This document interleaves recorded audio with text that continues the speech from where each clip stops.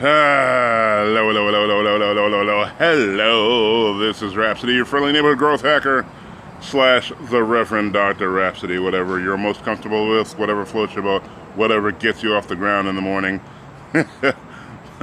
Go by that, as long as it allows you to tune your ears into what I'm trying to impart to you. And it's a little challenging because I need to find the perfect spot because I'm in my backyard and we just got this pergola, and it's good because, you know, you can sit out in the sun and not be totally baked by the sun. And the challenge is, like, if I go back too far, one of the bars from the pergola covers my eyes and you can't see my eyes.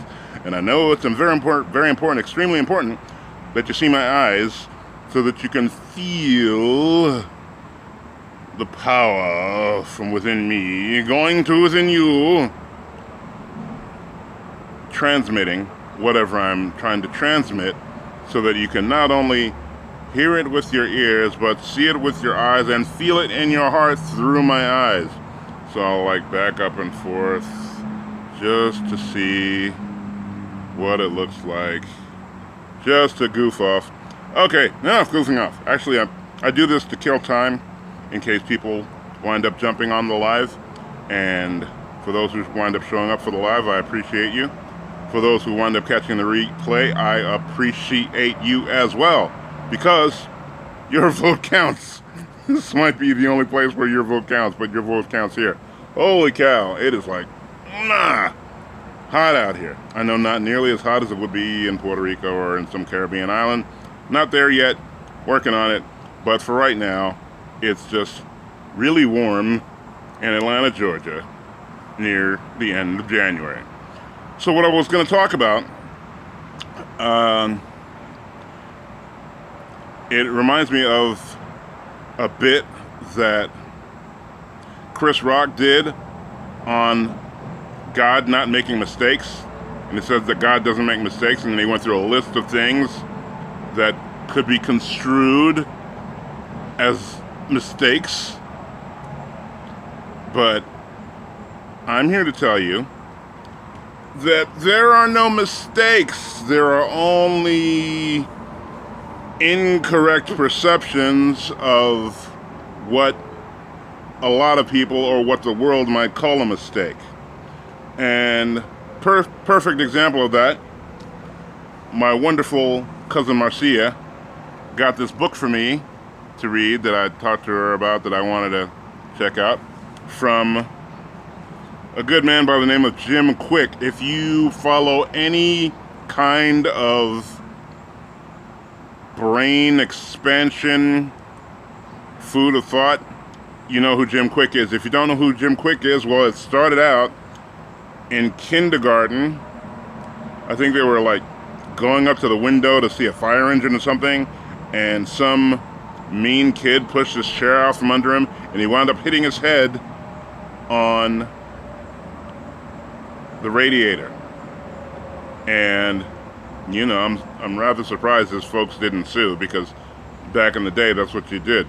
Somebody hurt your kid and he lives through it, you sue so that you can pay for his college. But anyway, so from that point on, he had a brain injury that distorted his ability to learn, and like he had trouble reading and all kinds of, you know, learning challenges. And he had a teacher that referred to him as, oh, that's the kid with the broken brain. So you hear that from an authority figure, naturally, it's gonna sink in. If you're 6 or 7 or 8 years old, you're like, oh, well, my brain's just broken. It just doesn't work right. And if that wasn't bad enough, well, but anyway, so like he struggled to get through school, and a lot of the times it was a thing where they, you know, push kids along just to get them out. And then he wound up going to college, but he was, if he was having a hard time in regular school, he was having a really hard time in college. So much so that a friend invited him over, and he went on a walk with his friend's dad, And his friend's dad asked him how he was doing, and he broke down and started crying, talking about, how hard it is for him to learn, how hard it is for him to read. And his friend's dad brought him over to his library. He had an actual library with actual books that he actually read. So many people have libraries for, like, furniture, or just to have something to look at. But he handed him these books that he said, okay, I want you to read these. And he looked at him like dumbfounded, like, dude, were you not paying attention hearing me tell you how hard it is for me to read? And he's like, no, you need to read these. And so he gave him these stack of books. He's like, supposed to read a book a week. So he's got to read a book a week and do his regular schoolwork for college. But for the first time in a long time, he had somebody who supported him, who saw past his learning challenge and knew that there was somebody awesome in there if he just worked at it to get it out. So he would do his college work and he would read these books, and he got to a point where he wasn't really sleeping well, so he didn't get much sleep. And at one point, he was so sleep deprived that he was on his way to class and he actually fell down another flight of stairs and hurt his head again. Yet another brain injury. And it was, it wasn't looking good for him. But eventually, amazingly enough, today, if you say the name Jim Kwik in the right circles, they're like, oh, that's the brain guy. Because he made it his mission, because of his injuries, in spite of his injuries, to learn everything he could learn on how to help the brain work better, how the brain works, how the brain functions. And that's just one example. And I briefly touched on the Tony Robbins example before, where he grew up alcoholic mom, mentally ill. He talks about his forefathers, and so there was that. And she would like physically abuse him and his brother and sister, and he would get in the middle to try to help them, to save them. So he got the brunt of the beating. And when he was a teenager, still in high school, his mom kicked him out. It's crazy. But anyway, he happened to just be blessed to have a lot of people fall in line in front of him that he got to be able to use for mentors, basically. And I know I've had good mentors throughout the course of my upbringing and in my life, and I've been blessed as a result of it. And part of that is why I'm here sharing this with you, because you don't get loaded up with all that good stuff just to keep it to yourself. You gotta give it to other people, because there's other people that need it. And that's why I do it, because there's other people that need it. And so Tony Robbins went from hungry, kicked out of his house at 16, to now today, he's got a multi-billion-dollar empire. He's got some 70-some businesses. And most recently gave away 100 million meals through Feeding America. And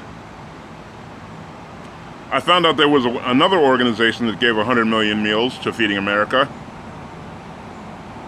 Kia. They did it. Big old car company. And Tony Robbins, just big old Tony Robbins, he gave the same amount because he knows what it's like to be hungry. And I remember him telling the story about the one time where this guy showed up on Thanksgiving, and they were broke, they had no food, and somehow word got to this guy at his church. So this guy came over with a box of food, and he went to give it to him, and Tony Robbins' father at the time told him, no, we don't need it, or no, we don't want it. At which point, the guy turns to Tony and says, don't be like that. Don't become that person. And he made it his business not to become that person. He's a giver. And he's put on a lot of free events or low-cost events so that you can get the information. If you go to these events, or like there was one last January, the, what was it? New World, New You. The New World, New You Challenge. It ran 5 days, 2 hours a day, 2 hours minimum, because he runs over, because it's what he does.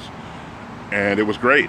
It was great. It was free, and there's, of course, there were upgrades. You could have gotten the upgraded version, but, even without that, you get the free version. You could have watched it on YouTube and referred to it throughout the course of the week to, you write notes while you take notes while you're doing this stuff, because it's not entertainment, it's for your education.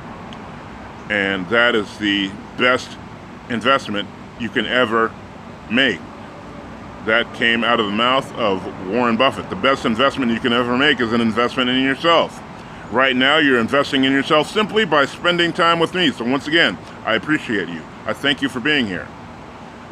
Get into the habit of not just self-development for self-development's sake, because the saying used to be knowledge is power, and that is not accurate. Knowledge in action, practiced knowledge, is power.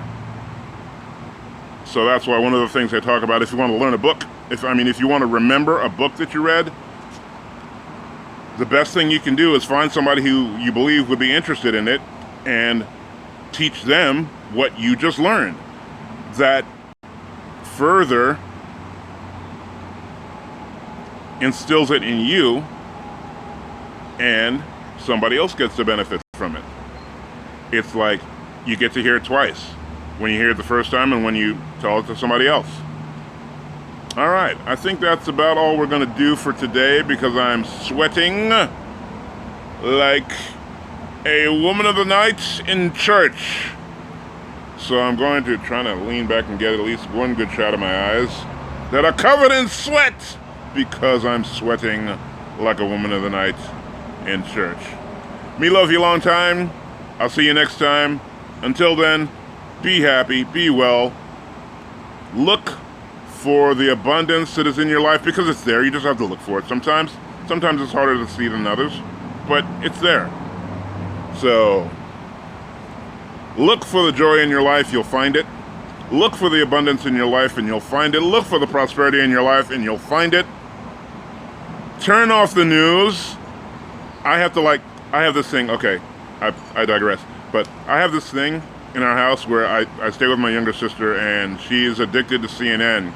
So I've gotten to a point where if I'm ever downstairs and she's watching CNN, I have these wonderful, a blessed gift, Bose Quiet Comfort 2 35 headphones. I put those on, and a YouTube video playing in the background, with either binaural videos or isochronic tones, something to help me. And I've got that going on, and the news is just out there somewhere. Because I had gotten to a point where, like last year, the news was so bad, and I didn't think about this at the time. I would just sit there and ingest it. And the more I ingested it, the more I wanted to injure people. And I'm a loving guy. Everybody who knows me knows that I'm a loving guy, and I'm not normally one to think about injuring people. But if you put yourself on a constant diet of taking in that crap, you can become that angry, malevolent, vicious guy. So, don't be that guy. Don't be that guy. All right. Me love you long time. I'll see you next time. Until then, strive to be happy. You can do it. Focus on the positive. It's out there. Focus on abundance. It's out there. Focus on prosperity. It's out there. Focus on what your body is doing right, because it's out there, taking attention away from what your body might be doing wrong at the time. See ya.